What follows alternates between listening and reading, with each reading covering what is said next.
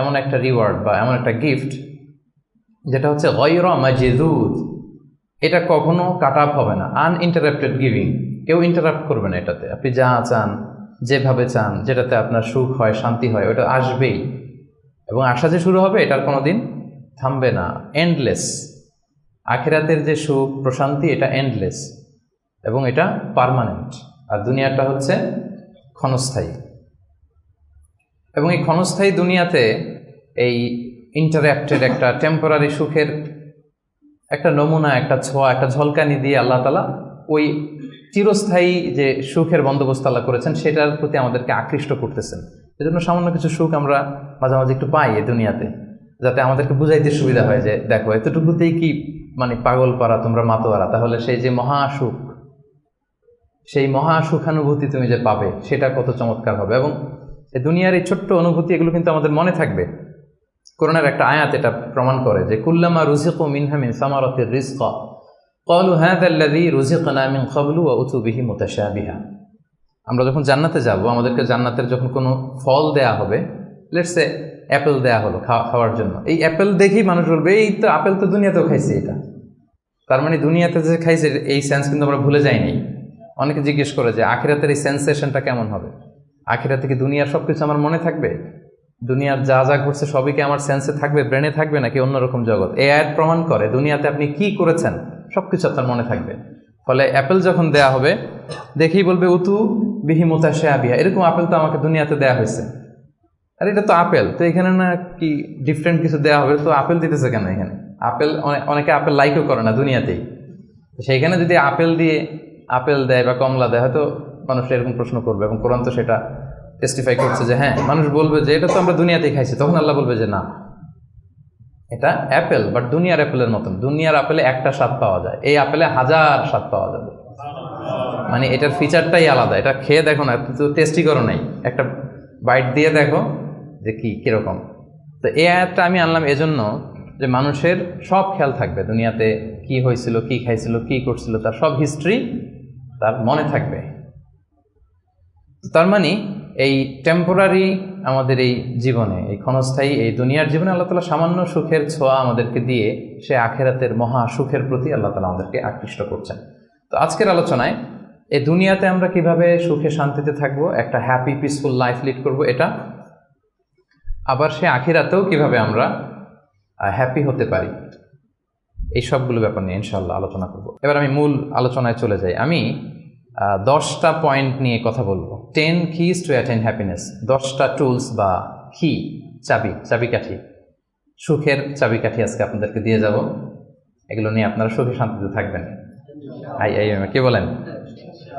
তো এই 10টা টুলস বা 10টা কিজ যদি আমরা একটু খেয়াল করি, দেখবেন যে আসলেই আল্লাহ তাআলা কিন্তু আমাদেরকে এমন জীবন দর্শন শিক্ষা দিয়েছেন, রাসূল সাল্লাল্লাহু আলাইহি ওয়াসাল্লামের লাইফস্টাইল থেকে আমরা এমন লেসন পাই যেটা দিয়ে দুনিয়াতেও আমরা সুখে থাকতে পারবো, আখিরাতেও সুখে থাকতে পারবো। সুখ আমাদের নিশ্চিত হবে ইনশাআল্লাহ।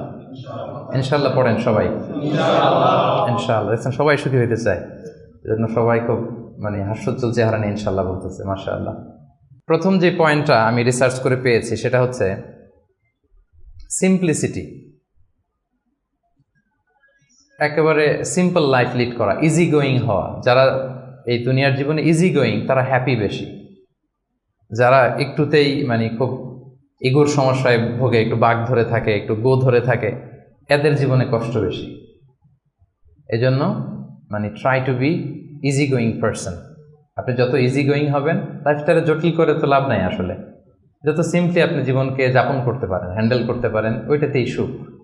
আপনি করে দেখেন, এটাতেই সুখ। আর যারা জটিল করে তারাই কিন্তু অস্থিরতায় ভোগে, অশান্তিতে ভোগে। তাহলে প্রথম কি হচ্ছে সিম্পলিসিটি।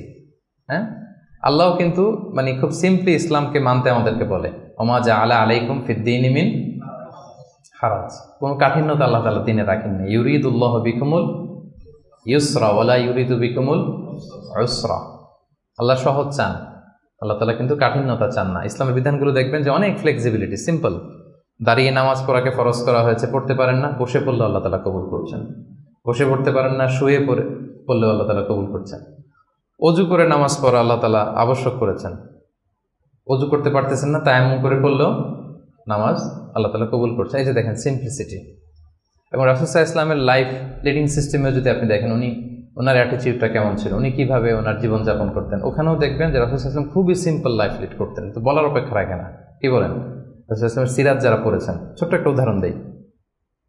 সহিহ মুসলিমের একটা হাদিস অনেকে শুনেছেন, আম্মা জান আয়েশা রাদিয়াল্লাহু তাআলা আনহা বর্ণনা করেন যে রাসূল সাল্লাল্লাহু আলাইহি ওয়াসাল্লামের অ্যাটিটিউডটা কত সিম্পল ছিল, কত সিম্পলি তিনি লাইফ লিড করতেন। দেখেন, তিনি বর্ণনা করেন যে রাসূল সাল্লাল্লাহু আলাইহি ওয়াসাল্লাম সকালবেলা যখন আসতেন, স্ত্রীদের ঘরে তো ফজরের সালাতের পরে আসতেন, তাই না?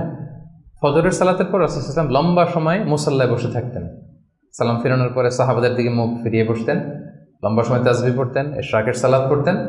এরপর সাহাবাদের সাথে কিছু পার্সোনাল কারো কোনো কোশ্চেন থাকলে ওটার আনসার করতেন। বিশেষ করে রাতে কেউ স্বপ্ন দেখলে ওটার ব্যাখ্যা করতেন রাসূল সাল্লাল্লাহু আলাইহি ওয়াসাল্লাম। রাসূল সাল্লাল্লাহু আলাইহি ওয়াসাল্লাম বলতেন, যেহেতু ফজর জাস্ট ঘুম থেকে উঠে আসছে, এখনই তো স্বপ্নের ব্যাখ্যা দিতে হবে। তো রাসূল সাল্লাল্লাহু আলাইহি ওয়াসাল্লাম বলতেন যে হাল রাআ আহাদুম মিনকুম আল বারিহাতা আর-রুইয়া, গত রাতে কেউ স্বপ্ন দেখছো নাকি? তো সাহাবারা কেউ যদি স্বপ্ন দেখে থাকতেন বলতেন যে আমি তো এটা দেখেছি, আমি ওটা দেখেছি। রাসূল সাল্লাল্লাহু আলাইহি ওয়াসাল্লাম নিজের স্বপ্ন আবার বলতেন। রাসূল সাল্লাল্লাহু আলাইহি ওয়াসাল্লামের স্বপ্ন আবু বকর রাদিয়াল্লাহু তাআলা আনহু ব্যাখ্যা করে দিতেন। নবীদের মধ্যে সবচাইতে ভালো স্বপ্নের ব্যাখ্যা করতে জানতেন ইউসুফ আলাইহিস সালাম, ইয়াকুব আলাইহিস সালাম, এবং নিঃসন্দেহে আল্লাহ রাসূল সাল্লাল্লাহু আলাইহি ওয়াসাল্লাম।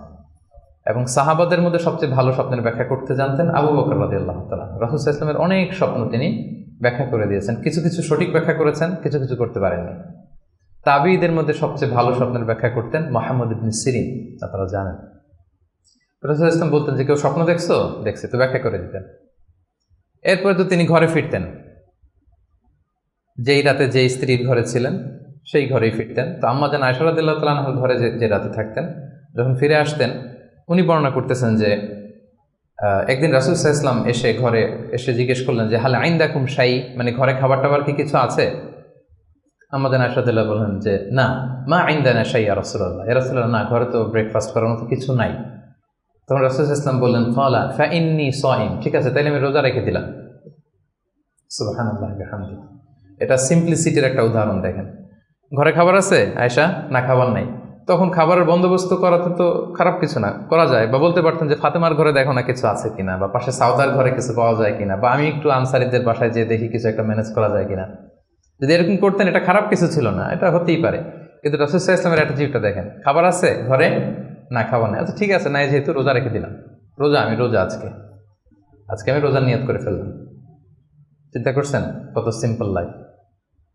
তো এইভাবে আপনি যদি এক পয়েন্টে, তো আমরা অনেক লম্বা চোরা কথা বলবো না, খুবই সিম্পল ওনার লাইফ লিডিং সিস্টেম ছিল। His lifestyle was so simple but yet so special.